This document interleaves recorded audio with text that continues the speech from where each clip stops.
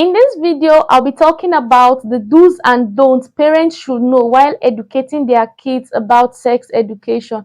One of it is for you to make yourself available. It is very important to want to teach your kids about sex education, but the most important thing is that you should make yourself readily available for your kids. Let them know that you are someone they can come to at all times. You're someone they can comfortably ask any question and you would gladly give them an answer. You're someone who will not scare them. You're someone who, when they are talking to, would not suspect or frighten them. But you're someone who will give them genuine, sincere answer, and you would discuss issues with them. You would guide them, you would direct them, and you will help them to understand better things that other people don't.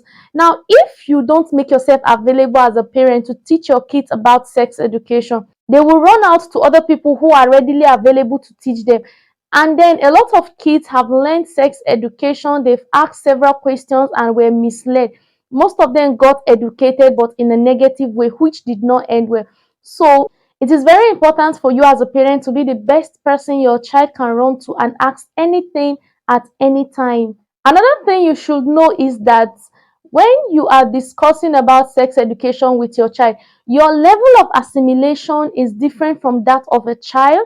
So even if your child has grown past, maybe he or she is in the teenage age, that doesn't mean you have the same level of understanding. Come down to their level. Don't start using big grammar as if you are in the presence of professor trying to prove a point or making a paper presentation that would award you some mark. Come down to their level, possibly download materials that simplifies this explanation. Get books that are very simple, that are very relatable, and discuss with them casually. Make it fun, make it lively, so that it will stick to their memory. When you enforce a kind of technique that is not friendly to a child, not every child would assimilate whatever you're trying to say. Most of them would just give you that attention to just do talk and go while they don't even understand anything.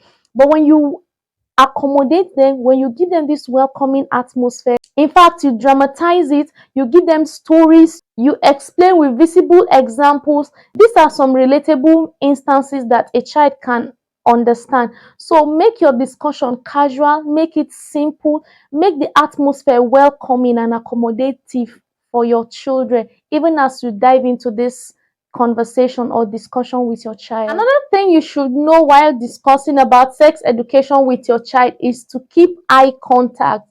When you keep eye contact with your child, that infers that you are not embarrassed talking about or answering their questions, and they wouldn't feel as if it's a taboo mentioning some part of their body. There are kids that grow to adult stage and feel it's a taboo to mention some sensitive parts of their body because of how they were brought up.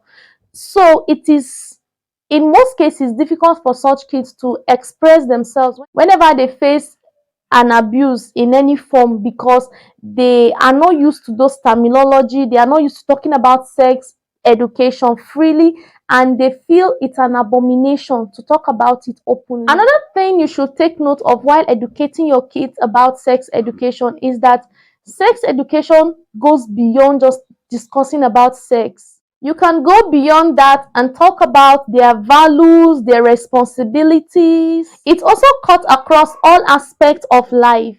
When they have this understanding that it goes beyond just the topic or the discussion about sex itself, they can be able to apply some of this knowledge to some life situations. They can be able to take some decisions on their own.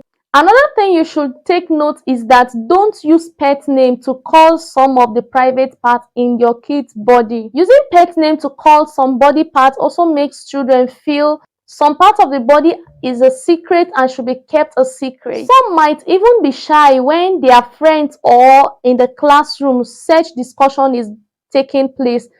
So this can also make your child not to boldly express themselves whenever they are having some challenges.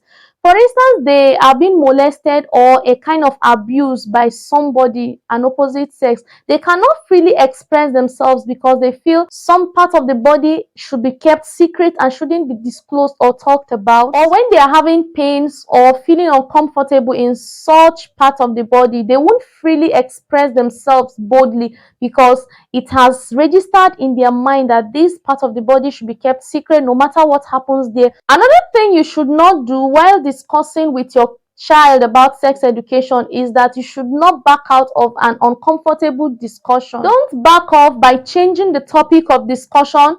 Don't back off by neglecting their question. Don't back off by stonewalling them. Don't back off by shutting them off.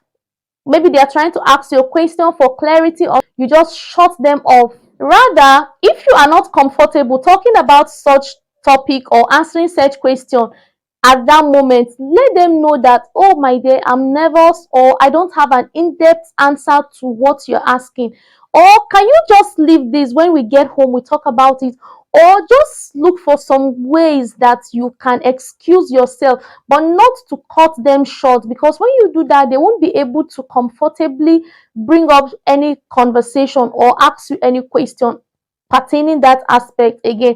But when you look for a convenient and a comfortable way to excuse yourself or excuse the conversation for a later time to be discussed, this would help them to also come to you whenever they have issues. Because kids are very inquisitive, they are always eager to learn, they are always eager to ask questions, they want to know, and they are not aware of your situation or whatever you're going through at the moment. They are always in the mood to ask you, and they believe you are always ready to answer. So if you are not in the right frame of mind to answer them, give them a polite answer that would suspend that discussion for the meantime to be discussed later on. Another thing you should not do is that you should not criticize them. Do not criticize them or get angry at them. Please be honest with your children. You gave birth to them, and you are at liberty to talk to them, to correct them, to instruct them. And when you do this, you do it from your heart. So don't get angry because they ask you a question that looks as if it is silly to you but is of importance to them at that point or junction of their life. Sex education also entails you teaching your children about contraceptives, pornography, the human reproductive system, puberty, menstruation, sexual transmitted diseases, unplanned pregnancy, abortion, premarital sex, homosexuality, lesbianism, bestiality, and much more. Also, always remember that sex education is an ongoing conversation that should be precise, short, and straight to the point. It is better you go straight to the point, make it short, and hit the point than having a long conversation with your child that would end up making him or her not learning anything. Keep the conversation ongoing as often as possible because they learn every day, they see things every day, things evolve every day. So when you keep giving excuses, they will tend to learn it outside, and this could lead to a negative effect in their lives, which would not be favorable or conducive for you.